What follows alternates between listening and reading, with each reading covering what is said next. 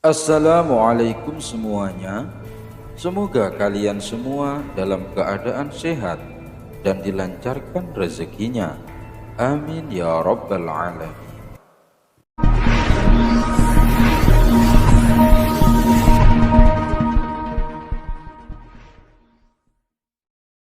Disuruh khutbah oleh raja. Abu Nawas suatu waktu dipanggil oleh Raja Harun ar-Rasyid datang ke istana. Raja ingin menguji kejeniusan Abu Nawas perihal kemampuannya dalam ilmu ceramah. Mulai Jumat depan, kamu Abu Nawas bertugas untuk berkhutbah, titah Baginda Raja. Waduh, tapi saya kan penyair, Tuan Raja. Kenapa? Kamu menolak tugas ini? Bukan begitu, Tuan Raja. Tapi ada apa dengan khotib yang biasanya berkhutbah? Saya mau mendengar khutbah dari kamu. Memangnya tidak boleh? Iya, tapi apa lagi? Pokoknya kamu harus berkhutbah. Dan saat berkhutbah, tidak boleh ada jamaah yang tertidur karena mendengar khutbahmu. Baiklah Baginda Raja, saya akan melakukan titah Baginda Raja. Abu Nawas lemas mendengar perintah itu. Wah, gawat ini, kata Abu Nawas saat diantar prajurit istana keluar gerbang. Gawat gimana? Bentak prajurit. Kamu mau menolak? Kamu minta dipancung. Bukan begitu. Baiklah, Jumat depan saya yang khutbah. Keringat dingin membanjiri tubuh Abu Nawas.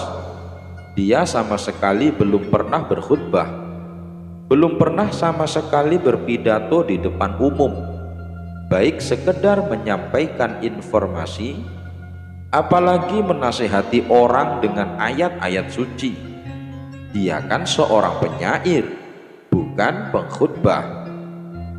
Kalau membual di warung-warung sih emang pekerjaannya sehari-hari. Kalau urusan mengarang cerita dan melantunkan syair, dia memang jagonya. Dan sekarang mau tidak mau dia harus melaksanakan perintah Baginda Raja. Kalau tidak, seperti yang diketahuinya, Baginda tidak segan-segan menghukum Abu Nawas dengan hukuman yang seberat-beratnya. Saat sholat Jumat tiba, Abu Nawas belum tahu apa yang akan dikhutbahkannya. Pikirannya masih blank. Dia datang saja ke masjid dengan pengawasan yang ketat dari prajurit kerajaan. Kalau-kalau Abu Nawas melarikan diri ke Manjab Raja. Apa musabab Baginda memerintahkan Abu Nawas berkhutbah?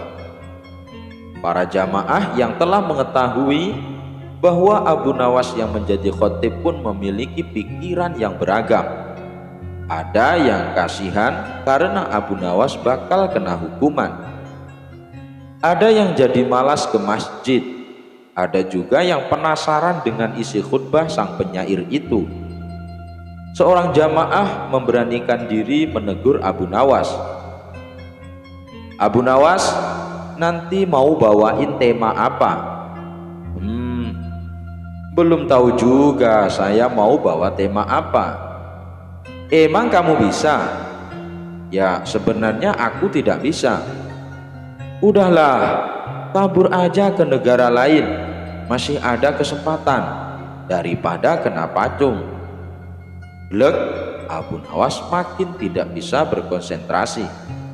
Udah jangan nanya-nanya melulu, bikin orang makin tak enak aja.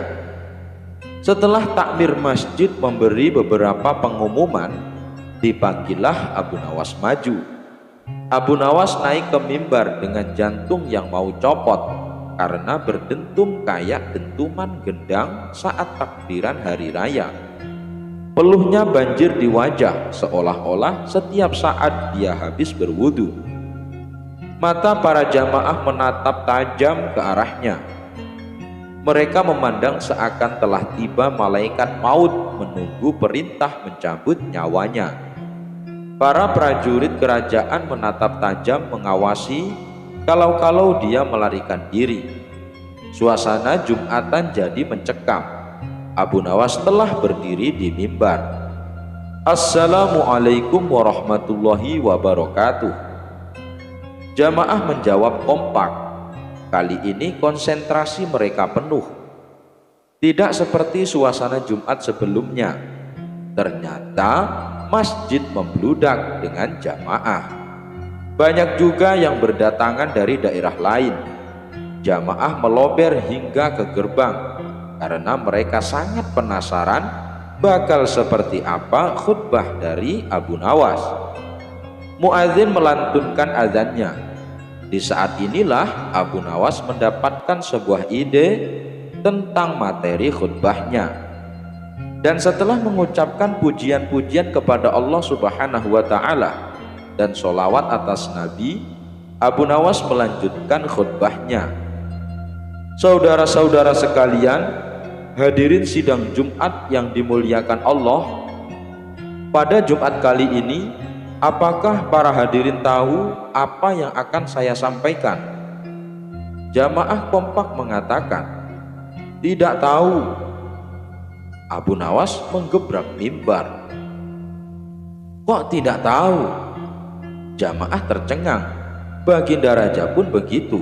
Para prajurit kerajaan semakin bersiaga. Jadi untuk apa khotib berdiri di sini kalau tidak ada yang tahu? Percuma, sia-sia saja. Tidak akan ada gunanya, lanjut Abu Nawas. Abu Nawas kemudian melanjutkan ceramahnya dengan penjelasan tentang kebodohan umat yang serba tidak tahu. Umat Islam harus banyak tahu, harus selalu belajar dan belajar agar pengetahuan kita bertambah luas.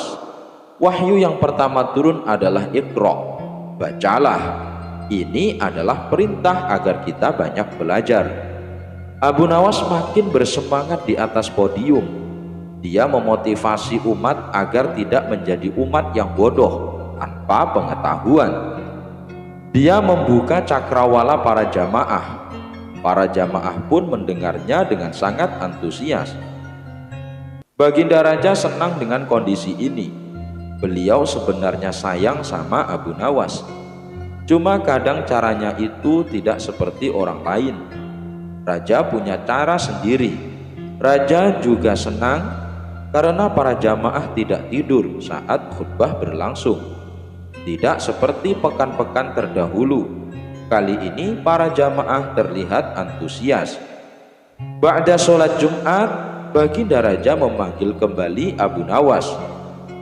Jumat depan kamu lagi yang bertugas menjadi khotib. Loh, kan sudah yang mulia Baginda Raja, hamba sudah menjalankan titah Baginda dengan sangat baik, ilah Abu Nawas. Pokoknya harus. Apa kamu mau digantung? Abu Nawas tidak bisa mengelak. Raja pun tidak mau kalah cerdik dengan Abu Nawas. Dia ingin kembali menguji seberapa cerdasnya si penyair ini. Baginda Raja lalu memerintahkan untuk mengatur para jamaah kalau Abu Nawas bertanya yang sama saat khutbah. Para jamaah disuruh menjawab tahu. Abu Nawas naik mimbar lagi. Kali ini dia menggunakan jurus yang sama. Abu Nawas sudah tidak tegang lagi. Wajahnya penuh senyuman. Dia merasa berada di atas angin. Hadirin sidang jamaah Jumat yang diberkahi Allah Subhanahu wa Ta'ala. Apakah kalian tahu apa yang akan saya khutbahkan? Tahu, jawab para jamaah. Alhamdulillah, bagus. Inilah yang dinantikan oleh para pemimpin umat sejak lama. Inilah yang diimpikan oleh baginda Nabi kita Muhammad Shallallahu Alaihi Wasallam. Maka ditambahkan lagi di sana dan di sini tentang kondisi umat yang mulai maju tingkat peradabannya jika berilmu pengetahuan, juga tentang kejayaan umat Islam di masa kini dan akan datang. Beginilah seharusnya jika kita ingin berjaya. Baginda Raja pun hanya bisa cengengesan. Dia tidak menyangka Abu Nawas bisa seenteng ini lolos dari perangkapnya. Tetapi dia senang juga karena para jamaah tidak tidur dan semakin tercerahkan. Baginda lalu menitahkan Abu Nawas kembali berkhutbah Jumat depan. Kali ini dia mengatur kalau Abu Nawas menanyakan hal yang sama. Maka sebagian jamaah menjawab tahu dan sebagian lagi menjawab tidak tahu. Baginda merasa ini adalah jebakan Batman paling top sedunia. Abu Nawas merasa tidak senang dengan kondisi ini.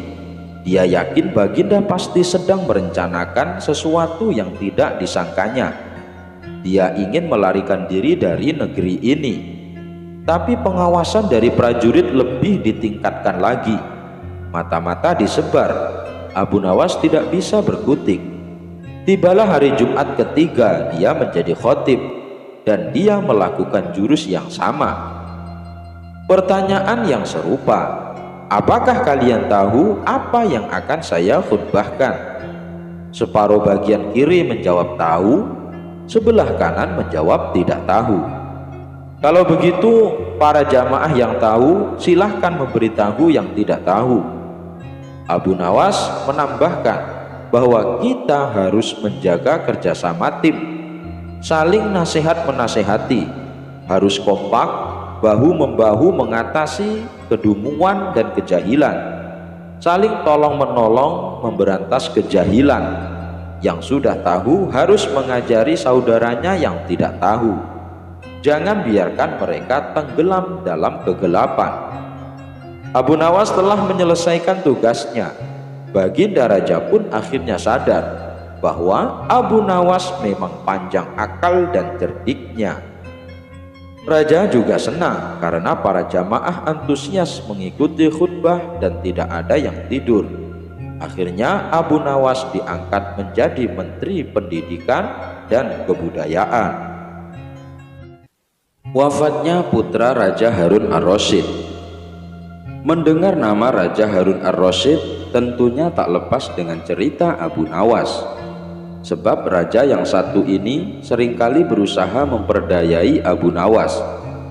Namun usahanya selalu gagal akibat kecerdikan daripada Abu Nawas. Kisah-kisah inilah yang seringkali mengundang gelak tawa. Tapi siapa yang sangka, ternyata Raja Harun ar-Rasyid mempunyai putra. Putranya adalah seorang pemuda yang alim. Dia memilih meninggalkan istana dan hidup menjadi rakyat jelata. Oleh sebab itulah namanya tak pernah disebut di setiap kisah-kisahnya Abu Nawas. Di dalam kitab karya ulama besar bernama Imam Al-Azuri menceritakan, suatu saat Abdullah bin Fajar sedang membutuhkan seorang kuli untuk bekerja di rumahnya. Abdullah pun bergegas menuju ke pasar mencari kuli yang bersedia membantunya. Setelah berkeliling di pasar, matanya tertuju pada seorang remaja berkulit kuning langsat yang tangannya membawa bungkusan besar.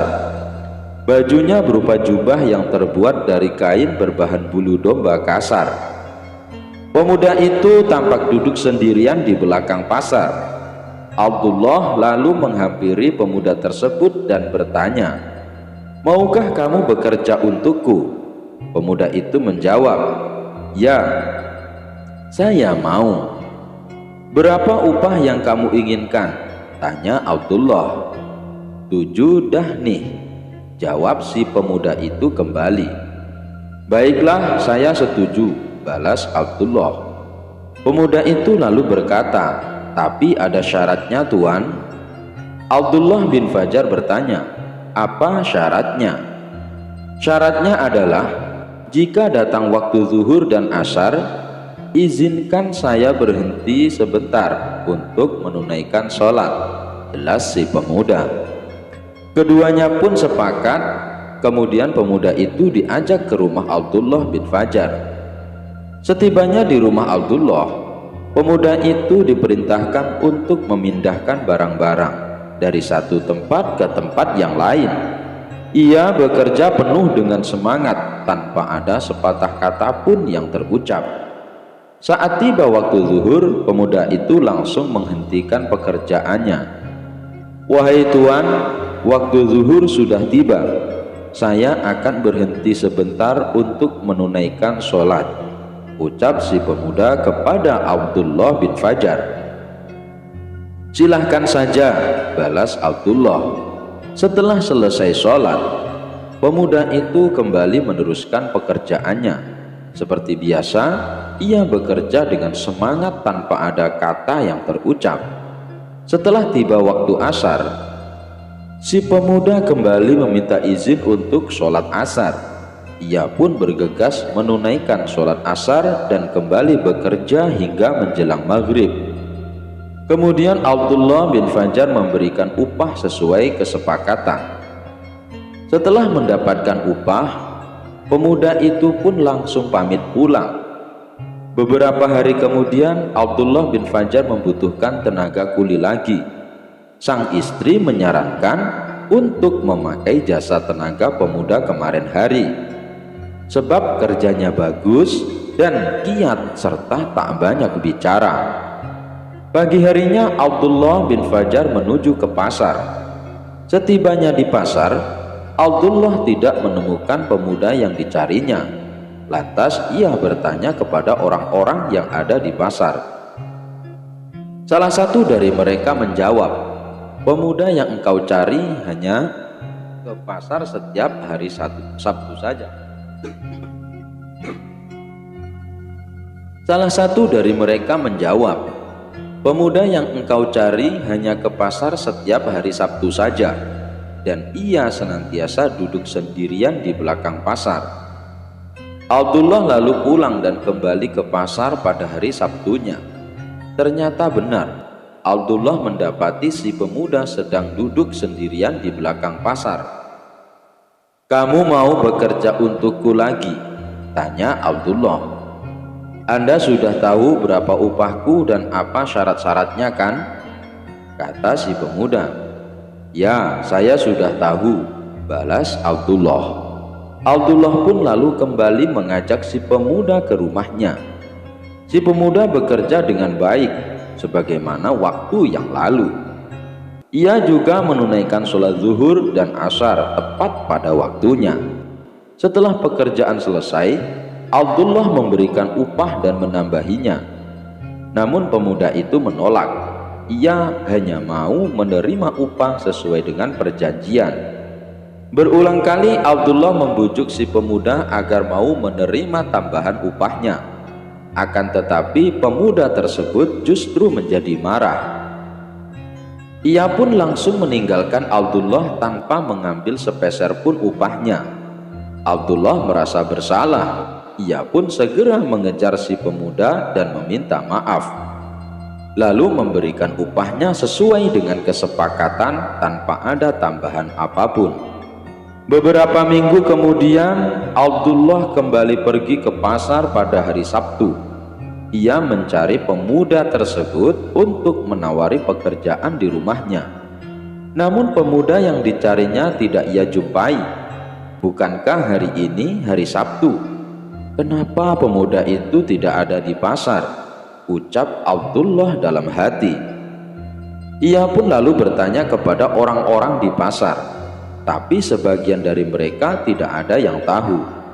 Lalu ada seseorang yang memberitahu kepada Abdullah bin Fajar kalau pemuda yang ia cari sedang sakit. Abdullah bin Fajar lantas bertanya kepada orang tersebut, "Apakah Anda tahu kenapa pemuda itu bekerja hanya pada hari Sabtu?" Orang tersebut menjawab, "Setiap hari ia gunakan waktunya untuk mempelajari ilmu agama, kecuali hari Sabtu. Hari Sabtu pemuda itu menggunakan waktunya untuk bekerja." Ia hanya mau menerima upah 7 dahnih untuk biaya hidupnya selama 7 hari. Ia mendengar penjelasan orang tersebut. Abdullah semakin penasaran dengan sosok si pemuda. "Beritahu aku di mana rumahnya," pinta Abdullah. Orang tersebut lalu menunjukkan lokasi rumahnya. Abdullah bin Fajar pun bergegas menuju rumah si pemuda. Ternyata si pemuda tinggal di gubuk kecil dengan seorang wanita tua. Abdullah lalu masuk ke rumah itu untuk menengok si pemuda. Tampaklah si pemuda sedang terbaring lemah dengan batu bata sebagai bantalnya. Abdullah pun menjadi iba. Lalu Abdullah berkata kepada si pemuda, "Apakah engkau butuh bantuan?" Pemuda itu menjawab dengan suara lemah, "Iya, kalau tidak merepotkan Tuan." "Tidak, insya Allah tidak merepotkan," balas Abdullah. Pemuda itu kemudian berkata, "Apabila aku mati nanti, jualah jubah bulu kambingku, dan uang hasil penjualan gunakanlah untuk membeli kain kafan.